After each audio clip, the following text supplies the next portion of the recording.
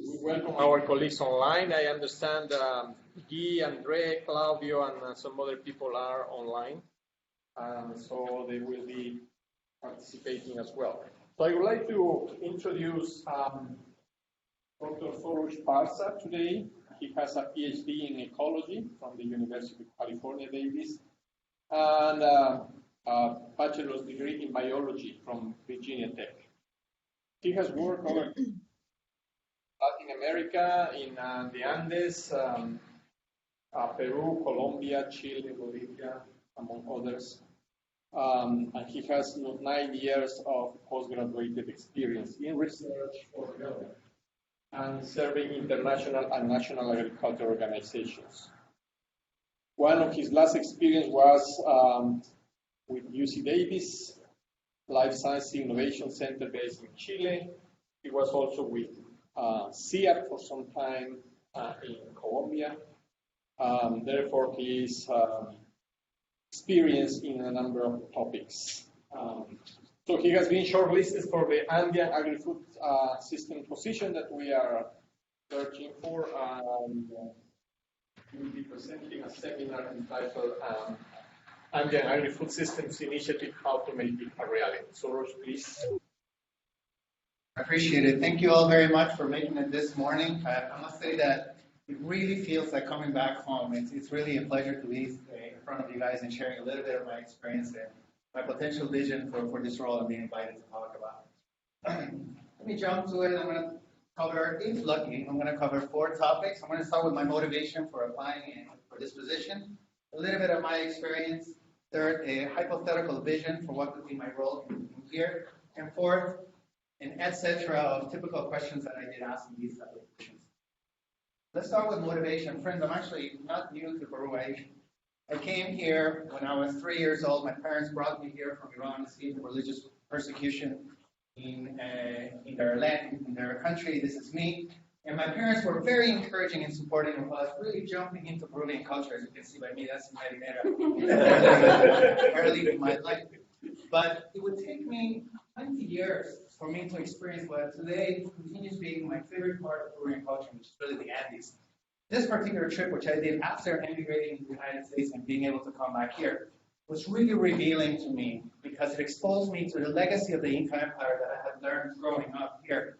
But also it exposed me for the first time to the harsh realities of living in the Andes. And I developed an interest and eventually a commitment to working towards Andean development through agriculture, which was to me the natural progress. And you guys were actually the first organization that welcomed me here. And this is what used to be a thriving entomology team that welcomed me with a lot of fun, a lot of papadas. We even ate some Andean weevils on experimental time.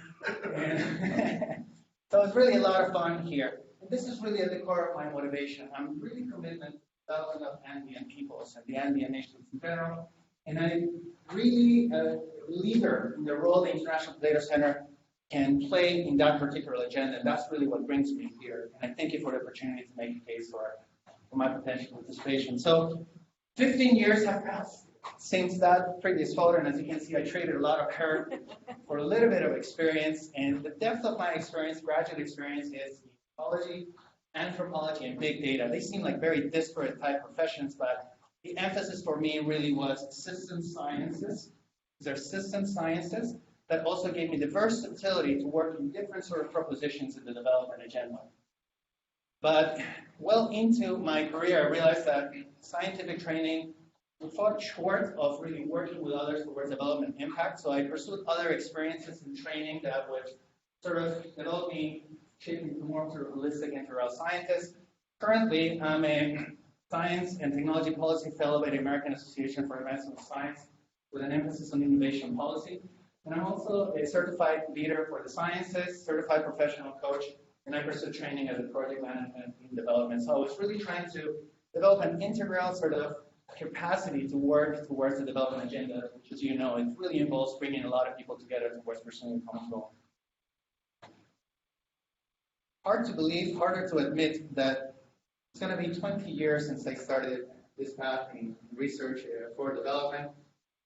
My experience has begun at the rise, the wake of the biotech revolution when I was at Virginia Tech, and as an undergraduate student, I worked with a team that was developing the first software to analyze genomic responses to plant stress through a technology called microarray data, since outdated. It brings me until today when I'm a science and strategy and innovation advisor at the United States Department of Agriculture Research Service, which houses 2,000 PhD scientists, and they do the in-house research and development for the USDA agenda. In my particular role, I helped design and prototype the first program for high-risk, high-reward type innovation, moonshots, breakthroughs, whatever you call it, but you understand that. Sandwiched between these two experiences, a lot of little experiences, little and large, medium, brought me to the Andes, and I'm going to cover some of these experiences to give you an idea of the breadth of things that I've studied over the years. The first of these experiences was here at the entomology team. I helped characterize a novel biological control agent, entomopathogenic nematodes, their potential against and de-implicated weevils. The impact is very visually accessible. This was very, really promising technology early on when we tested it out. A couple of years later, with support from a Fulbright fellowship, I went to Bolivia and partnered with BRAINPA. And I was very lucky to be able to characterize a system of 4 sectoral fallow systems. These are very traditional agro-pastoral rotation systems in the Andes. And I characterized a 20-year history, progressive history of agricultural intensification leading to the dismantlement of this particular farming systems. A 20-year natural experiment covering 18,000 hectares of land. It was really a beautiful opportunity to be able to characterize and publish this work also. For my PhD, I was still very interested in the problem of the amphitheater weevils, particularly why did they become a pest to begin with? This is really part of a native ecosystem in the Andes. So I pursued training at the interface of ecology and anthropology because it really takes a lot of interactions with people too. And we developed a number of studies working with farmers, taking data from their fields, and subjecting this to big data type analytics, very intensive modeling schemes, and developed a proposition for what would be the optimization of the management of anti-amphitheater weevils. And this was considered one of the first applications of big data really in optimizing integrated pest management programs. And part of this work was featured in Ecological Applications Journal. Later, when I was hired in CIP, I became an advisor, somewhat of an advisor and consultant for the McKnight Foundation Collaborative Crop Research Program, who supported my education and supported some of the research I used previously.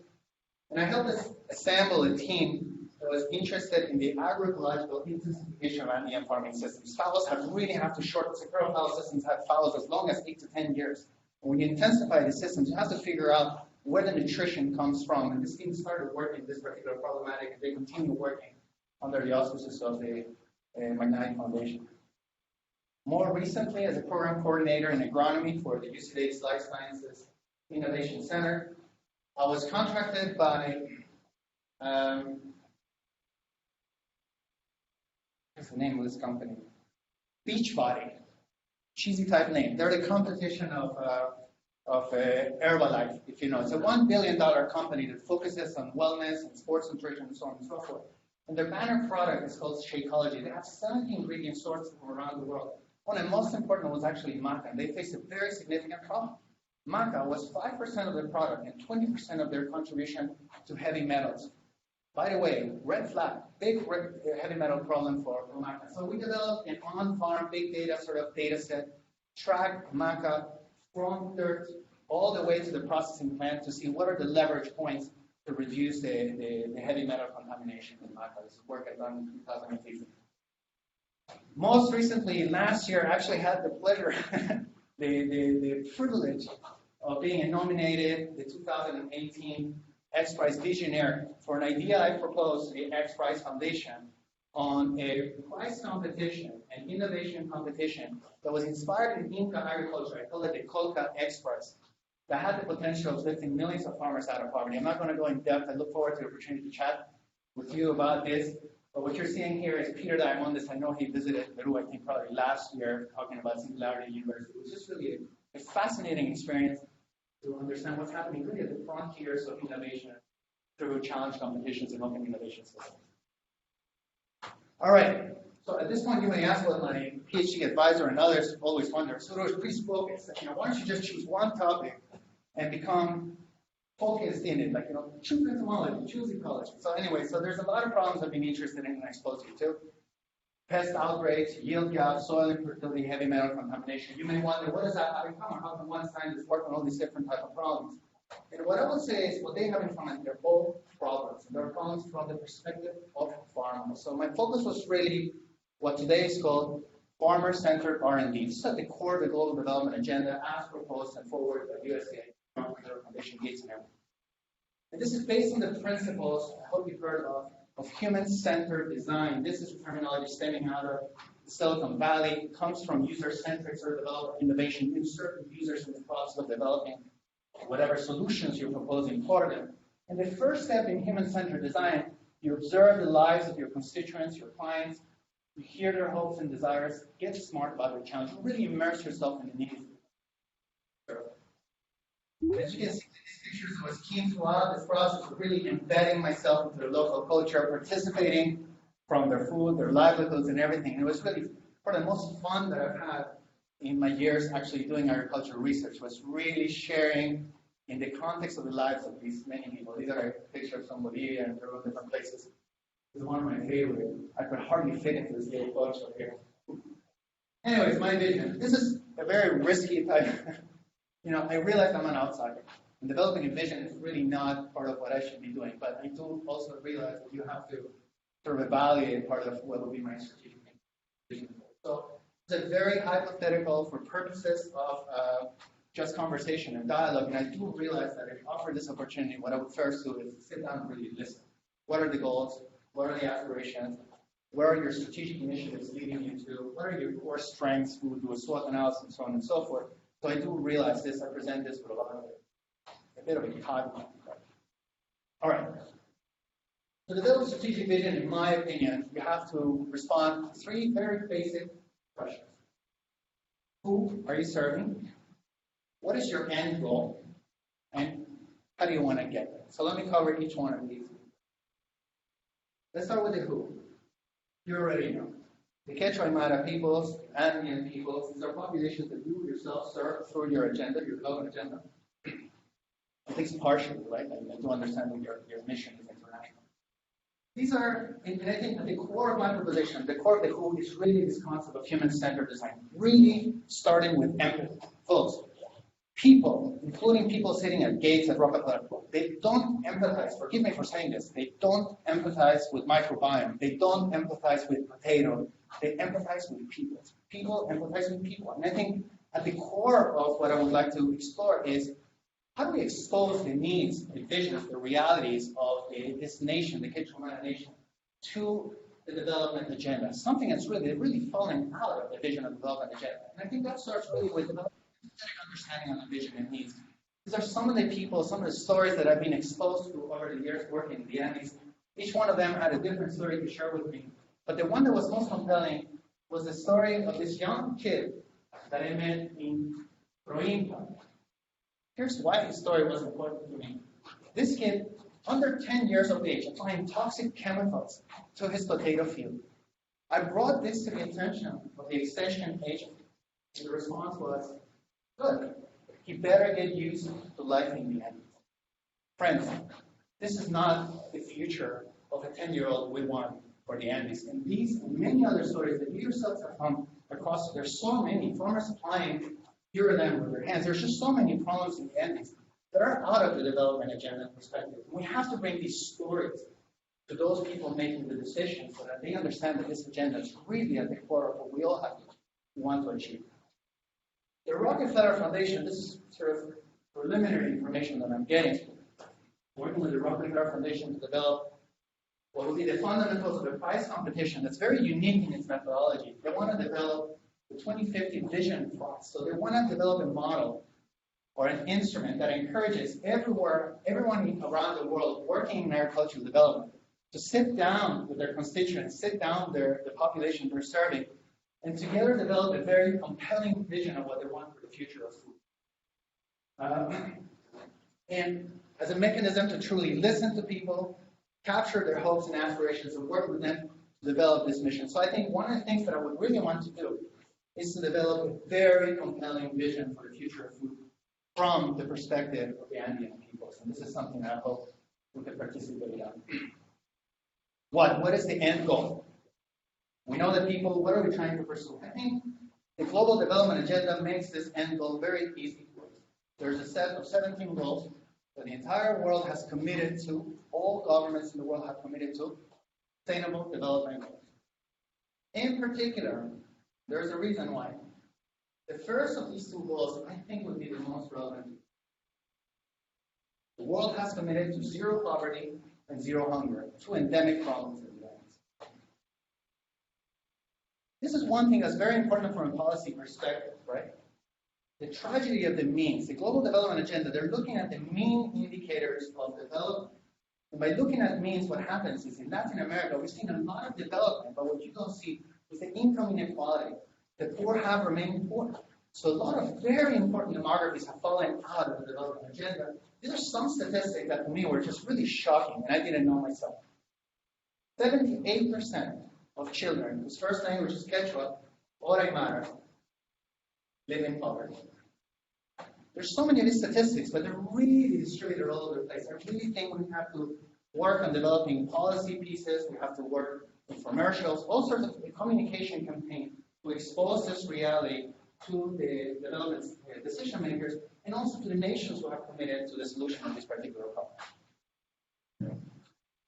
Luckily, there's a lot of movement around sustainable development goals that could be the basis for alliances that we can be a part of. Again, an extensive search, like in Peru, for example, I sent this particular initiative that brings together KPMG, El Comercio, and other organizations, the PODS Peru por los Objetivos de Desarrollo Sostenible. There's many of these movements trying to build accountability systems to drive the sustainable development goals, and I think it would be very important for us to come together with these forces to push forward our agenda, making them aligned with the global agenda. All right, Quechua Aymara peoples, sustainable development goals, how do we get there? And this is really the critical part. Reviewing your documents, I would say that implicitly you're also betting for the two key sustainable development goals, right? So when I see your initiative, very successful initiative, Papa Andina, ultimately you see as potato as a cash crop, as an income generator, probably aligned with the no poverty sustainable development goals.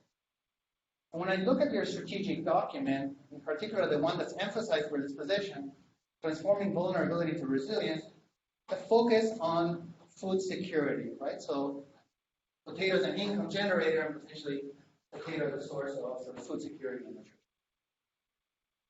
I think there's a key strategic question that we must ask, right? And this is really at the core of the challenge we must address. How can an Andean farmer escape poverty, goal number one, and nourish their family with less than 1 hectare of marginal land? Can that be done? This is something, it's a very difficult problem. We really have to think about it very critically to innovate towards the end goal. As a statistic, the average smallholding in Bolivia is 0.89 hectares. Can you generate an income and feed your family with less than 1 hectare? This is a critical question that we must really confront. Here's some propositions, just to get us thinking a little bit, just simplifying really what the strategy would be. The goal of priority one would be income generation. This is what Papa Andina did. The strategy is really amplify return on land and labor. There's limited land. You really have to maximize how much return you can get from that. There's a number of tactics you could think about. At the practical level, understanding and influencing local and global consumer behavior, defining site-specific portfolio of cash crop options. Is potato the most effective cash crops? What other cash crops are as alternatives? Leveraging premium labeling and branding, organics, fair trade, and so on and so forth. And a number of others I'm just proposing as brainstorm. These are things that you already know. One key research question that I'm interested in is, how is climate change affecting the cropping options available to Andean farmers? If the climate is warming, maybe there's opportunities for inclusion of more crops into Andean agroecosystems. I'm curious about perennials, for example, that command much higher values than some of the annual systems that we have. And I would propose in more depth as an illustration an idea of a high-leverage strategic initiative. Take this as a thought experiment. What if CIP launched an annual Inca Agri-Food an open innovation platform to drive development aligned with our strategic objectives. What is open innovation? How many of you has heard of open innovation system?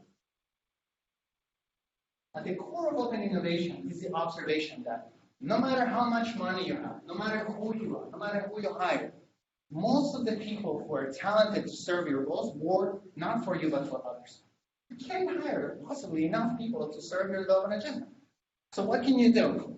You can develop holes in your development pipeline so that you bring in the talent of others towards specific goals. One way to do that is through price competitions. You give an award to the innovation that serves your mission. The past 20 years has seen a revolution in the deployment of open innovation systems led by the X Prize Foundation that opened space to the private industry. And organizations like InnoCentive that drive prize competitions to solve research and development problems, Hall Prize, Challenge About. There's so many of these organizations that are really leveraging the power of open innovation. I myself manage one, which is the first open innovation platform in the U.S. Agricultural Research Service, and we're hoping to permeate this to drive key developments in the agriculture industry. All right, so how can we do open innovation in the Andes? How can CIP do this? I invite you to do this thought experiment. Just thought experiment. What would happen if you announced this year for a massive communication campaign that you give $100,000 to the first food product with the best potential of lifting 1,000 farmers out of poverty? Do this thought experiment. What would happen? How many will participate? Who will be interested in this? How can you mobilize the imagination of everyone? Do it as a thought experiment. This is really a preliminary thought. Now, we do know that food serves many functions. When food serves the function of food security, essentially the starches that we promote in the CG system, it's important for food security. It doesn't command much value. These are commodities. Food commands most value. When it's nutrition, a little bit more. You see the movement in quinoa.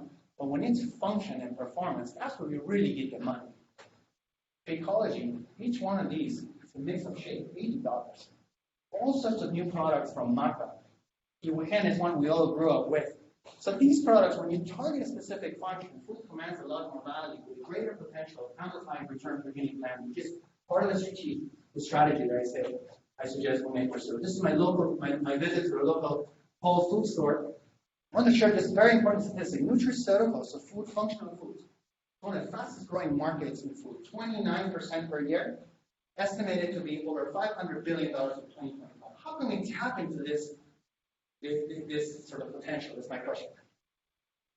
Protein shakes, $24. Maca-based cereals, $3. Compare this to an entire box of your Kellogg's sort of corn-based cereal. This really commands a multiplicative value that we could sort of tap into.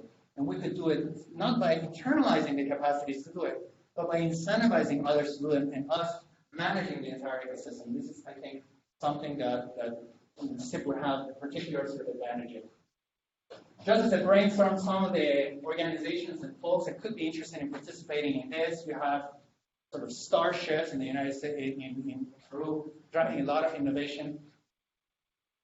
10 minutes. Anyways, let's move on. You have your local IDEO, which is a massive innovation platform, actually, under the name of IDEO. So there's a number of folks you can pursue. Very rapidly, let me cover the zero hunger. The strategy here would be different. The goal is food security, essentially eating whatever you grow. And the strategy is how do we intensify this farming system? These are very extensive farming systems that we must push into in generating more product per unit land and per ton. So the tactics would be much more simple, much more research-driven. I propose integrated pest management, very important part of this agenda, integrated soil fertility management, and how do we bridge yield gaps. And the three of these actually could be tackled through a big data agronomy type platform. The key research question, which is aligned with your strategy, could be, how can resilience best be strengthened, and how does it compare to other food security interventions? How do we benchmark your bet against other bets in terms of the leverage we can get from them? What would be my high leverage strategic initiative? I propose the world's first agro-ecosystem longitudinal study as an engine for big data and strategic research for development and innovation. What is a longitudinal study? These are long-term studies. This is the staple of economists, of epidemiologists. They follow a cohort of people over multiple years They mine the data generated to elucidate all sorts of different patterns in terms of nutrition, in terms of health, in terms of economy, so on and so forth. This is one example. I actually got my anthropological training in the context of the National Science Foundation Simane panel study, which is conducted for 10 years in Bolivia with the Simane people. Look at some of these questions that they address. Healthy hearts, adoption of cropping technology, market integration, productivity. So these data sets are designed so that you can mine them to answer all sorts of different questions. And this in turn can attract a lot of interest from academia, from students, and also give you the possibility of answering all sorts of different questions with just one data platform. Now, this is a longitudinal social type study. Everything we know about ecosystem function, most of the things that we know about ecosystem functions and concepts like resilience were built upon these long-term ecological studies. This is one example of that. This is the one by David Tillman. It's one of the longest. A lot of what we know about biodiversity and ecosystem function and other things are drawn from analysis of these long-term data of plot experiments followed over time. So here you have human populations followed over time. You have production systems followed over time. But now you have mixed these two concepts together. What if we develop the first system and we follow the human population in their development, these Andean peoples, a cohort of 1,000 farmers, let's say.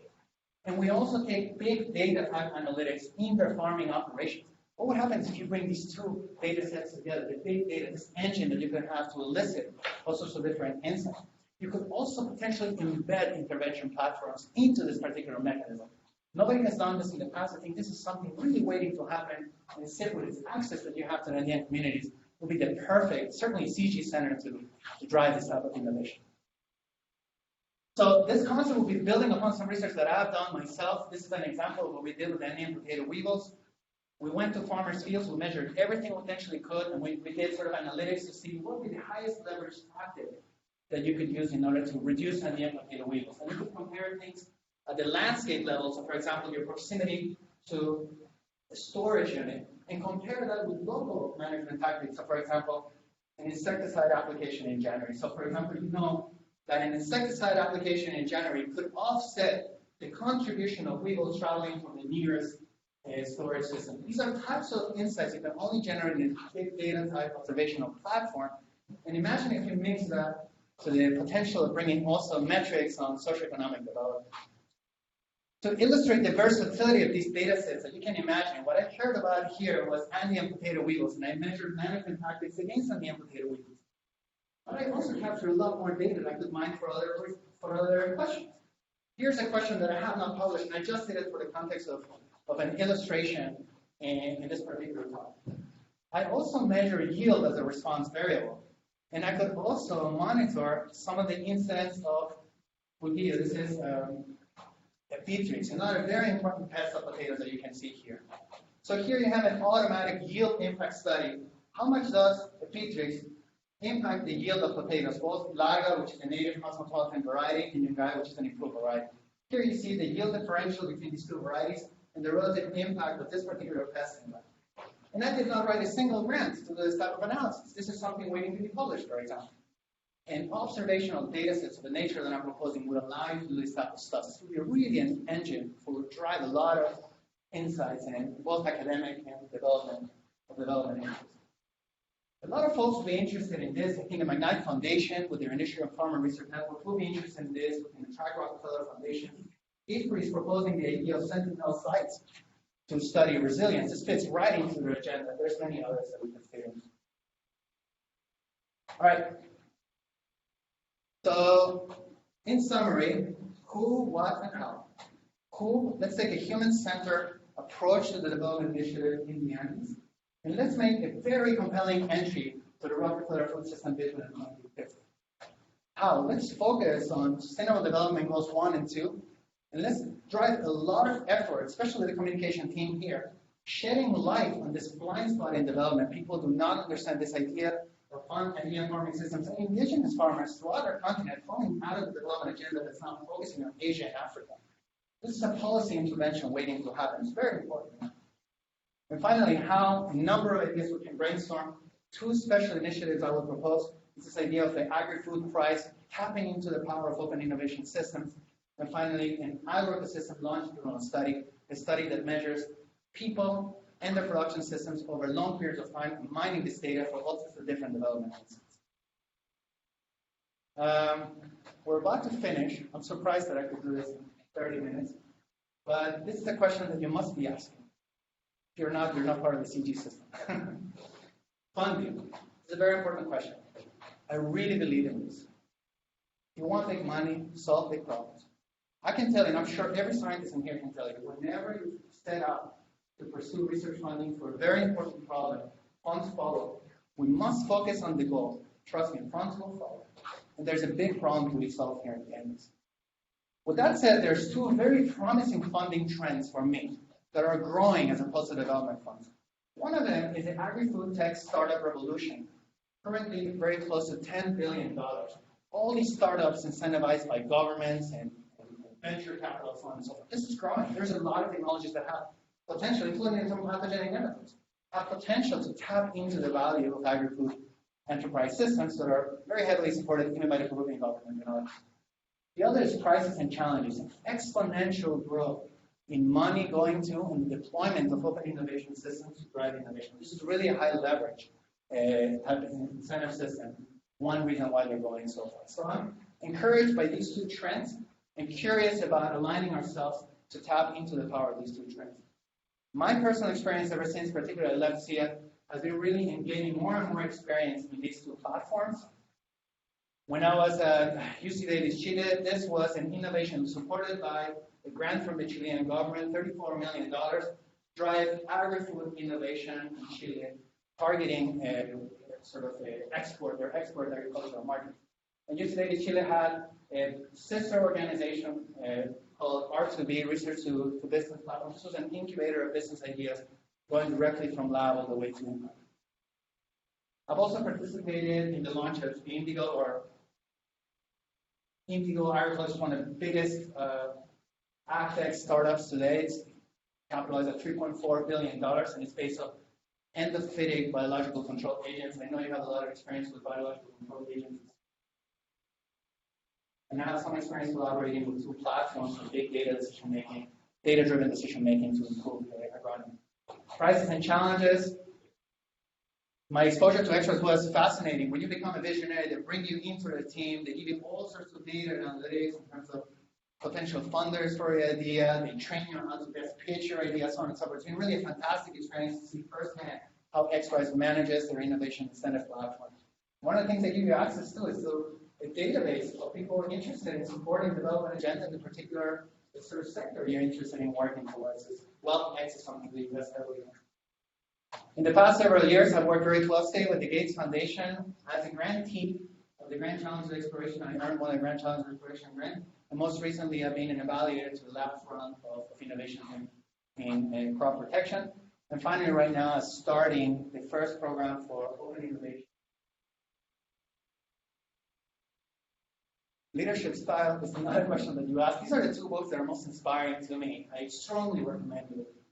Stephen Covey's 7 Habits of Highly Effective People. My most important take home is this is centered on character over personality. Pursue, and to me, this really aligns with this concept of really pursue worthy, important problems. The money, everything else follows. And this is really, I read it once a year. It's a very inspiring book, and I try to follow each one of their habits as best as I can. But this is really the most fascinating book I've read in recent times. That's the book was the XHR from Google. I strongly recommend everybody reading this.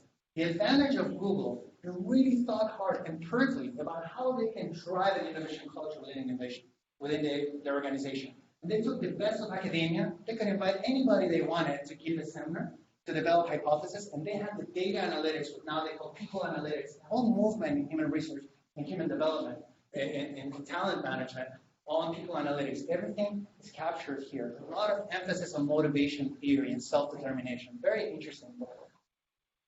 And I think a very important role you play as a leader is to serve as a bridge of two big communities, which is the partners, people who are outside your organization. How do you bring them together collaboratively towards sharing and pursuing the vision that we share together? And also bridging that with your internal collaborative team building type efforts, right? So we made sure we had a lot of time for fun. We made sure we had a lot of time to drive innovation. This is the business of innovation. This is not 9 to 5 punch card of your time. So I really made sure that we have a lot of emphasis on letting the creative juices sort of run. So this is very important. A lot of fun actually working in the context of this here. Capacity investing. I don't call it capacity building. I'm done. This is really the highest leverage investment we can make for the future. I really, really believe in this. I'm very excited about it. I hope that we contribute. I think it's excellent that we're right across the arena. The opportunities it brings to create a platform for students to start developing their skills to start developing an agenda. These are some things I experimented with. I had about 18 different mentees, thesis students, people that I coach over the years, interested in agricultural development, research and development. I also developed a number of training courses with very specific skills. For example, they train you everything on how to analyze an ANOVA, but very few people train you how to take your analysis and publish a scientific paper in English. It's a very difficult skill that nobody gives you. And these are the type of skills that I use in these sort of classes that we develop to bridge this gap and bringing people all the way to sort of being a functional part of the scientific community. And finally, I don't know how many of you guys have heard of the journal Visualize Experiment, the first peer-reviewed journal in video. I was so intrigued by them that I produced 2 videos that I submitted to them. Peer review process, your article is a video mostly on protocol development and also accompanied by a paper publication. One of the publications that we've had has been seen 20,000 times, and it's been probably one of the most influential publications on endophyte development. So an endophyte is essentially taking a microbe, putting into the seed of a crop to enhance its functional properties against pests or improve yields on it. So beautiful platform really to reach out a massive audience in terms of capacity building. This is a statistic that I presented to the American Association for the Advancement of Science. I'll leave you with this, just to think about the importance of capacity investment. And the importance, especially in the context of what CGIAR centers are doing in SIP in particular. 691 Nobel laureates in the sciences, out of which only 53, this is all messed up, only 53 were born in developing countries. And out of those, only 2 earned the prize while in a developing country. 500 million farmers worldwide. Most of the agricultural development agenda is serving populations that are in the southern hemisphere, but the agenda is driven by the northern hemisphere. How can we train and build capacities for the global south to be a more direct and active participant of their own development agenda? And I think investing in the training and the capacities of local scientists is key, really key, to catalyzing the development that's needed in a sustainable manner that aligns with people's visions and aspirations. And that just brings me to this. I'm here because Jesus Alcázar and some of your folks here gave me that chance to come here as a thesis student, walking around, doing my experiment. And I'm so happy that 15 years later, I can be here from a very different perspective and share this experience and really express my gratitude for the investment this organization, and Jesus in particular, did when I reached out to him and I said, I really want to get any experience working towards the development agenda. This is Jesus Alcázar, in case you don't know it, and this is my boss who kindly accepted me to come. We actually did. So I no longer live in Peru, nor do I have family in Peru, but to me it was important. My wife, we just got married 3 years ago. I said, we gotta go to Peru. You gotta see, it's a big part of my life. So we came for our honeymoon actually to Machu Picchu. And great salespeople here in Peru, huh? Who's good? So they dressed us as modern cholos. Anyways, thank you very much.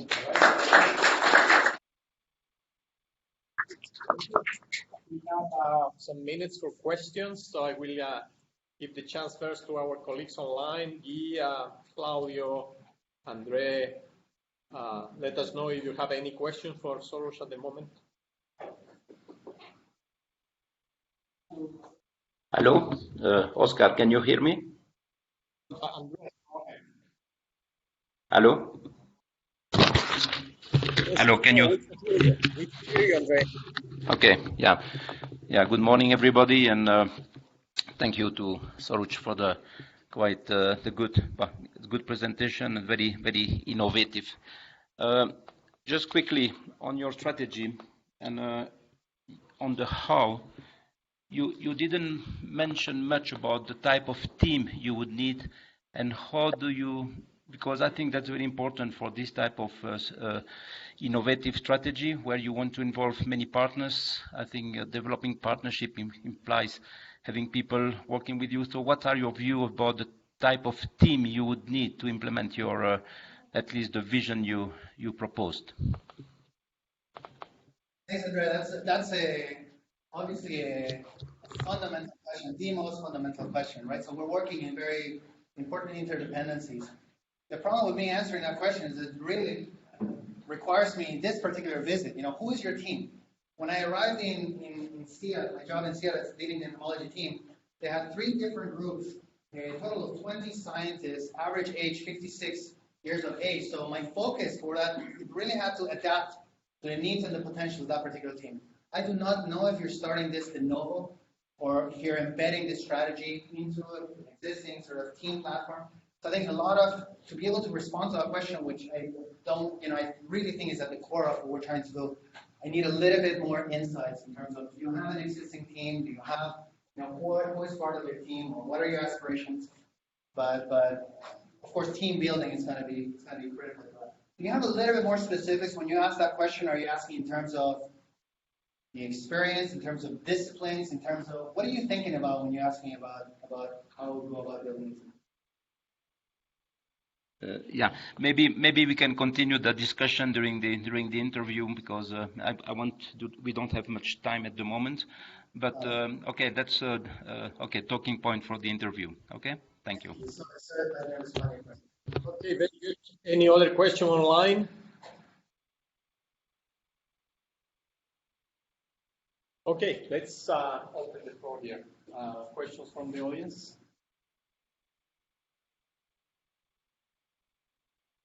Please. Yeah, thanks, Sarouche. Great presentation. They're very lively and a lot of brilliant ideas. Thank you. Just one question from me. You talked about climate change a little bit. Actually, you mentioned the upside. The climate getting warmer actually isn't just a problem. It can be new opportunities, perhaps perennial cropping. But I imagine there might be some downsides.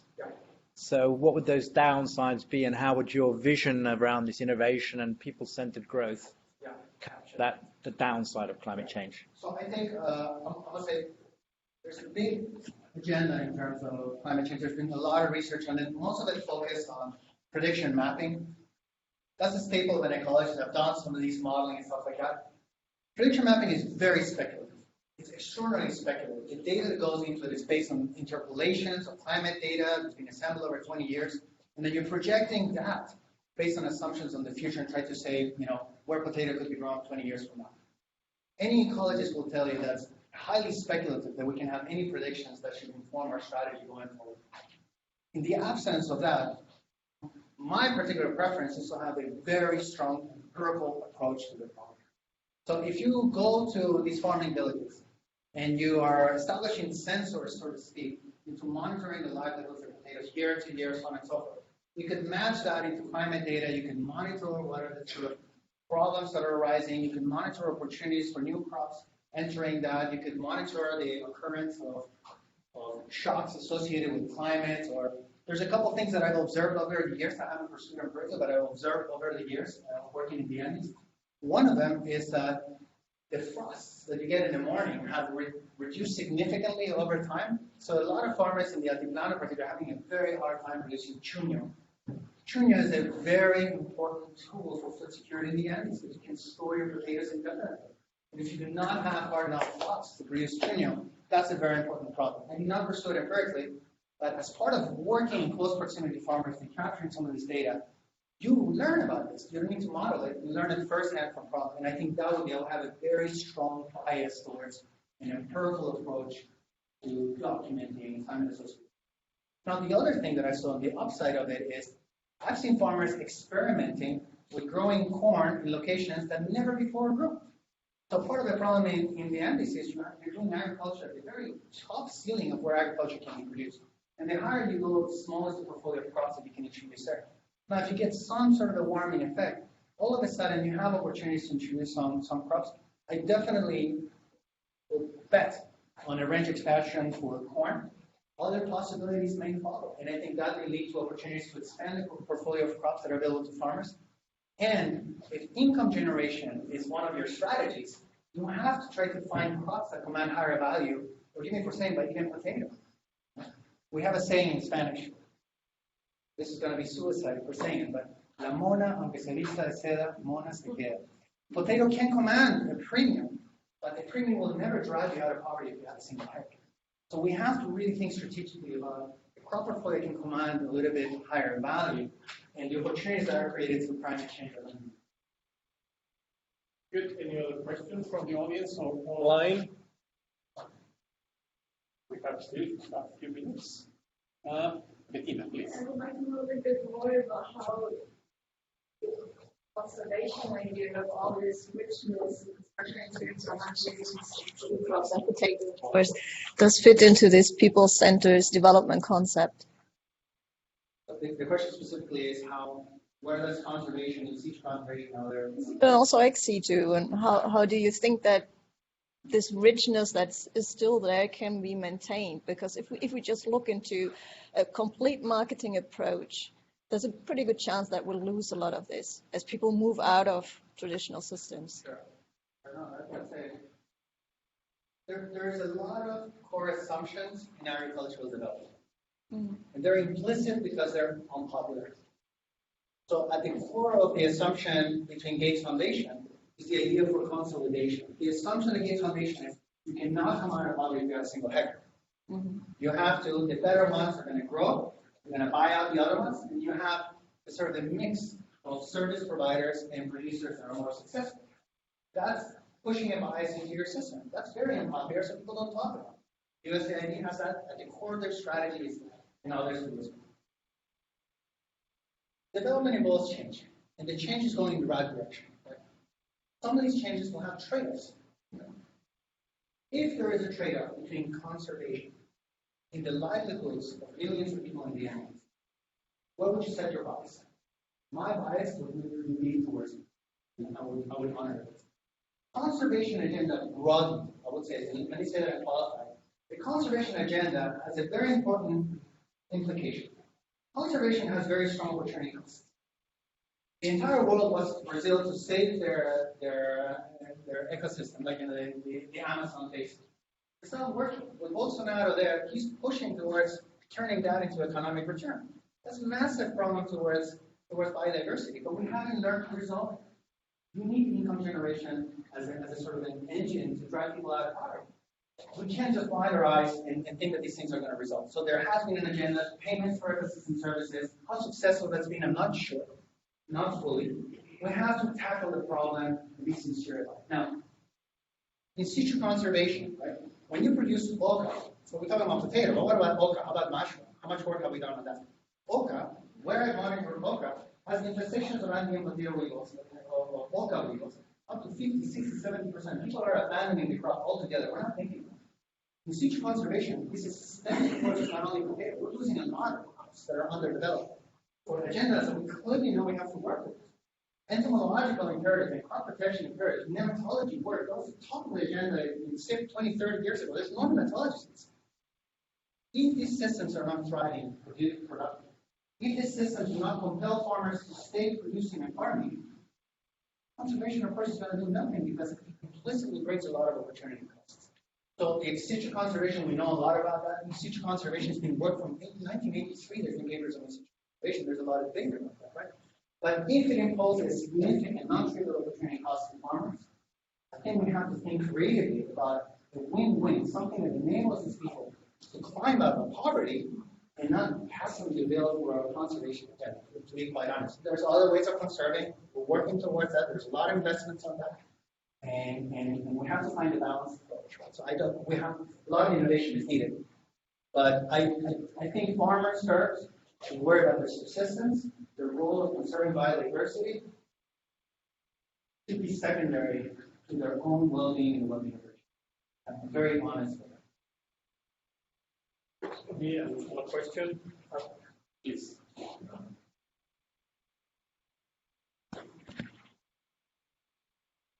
Very much for your presentation. I would like to ask you, as this initiative will bring new non-traditional funders, what is your view about working with mining companies? Do you have any experience with this type of funding? Yeah. Actually, I was curious about that. I talked to a friend about that. I know about the mining panel that you have here, and it generates, and a lot of the funds that come from mining go exactly to some of these, like Huancavelica. Last year they got $95 million for that. That's a funding I'm not familiar with. I don't know much about it. I asked a friend and others about bureaucracy. I don't have experience in that. I'm curious about and I haven't followed this, but I'm curious about the impact of the mining industry in other countries.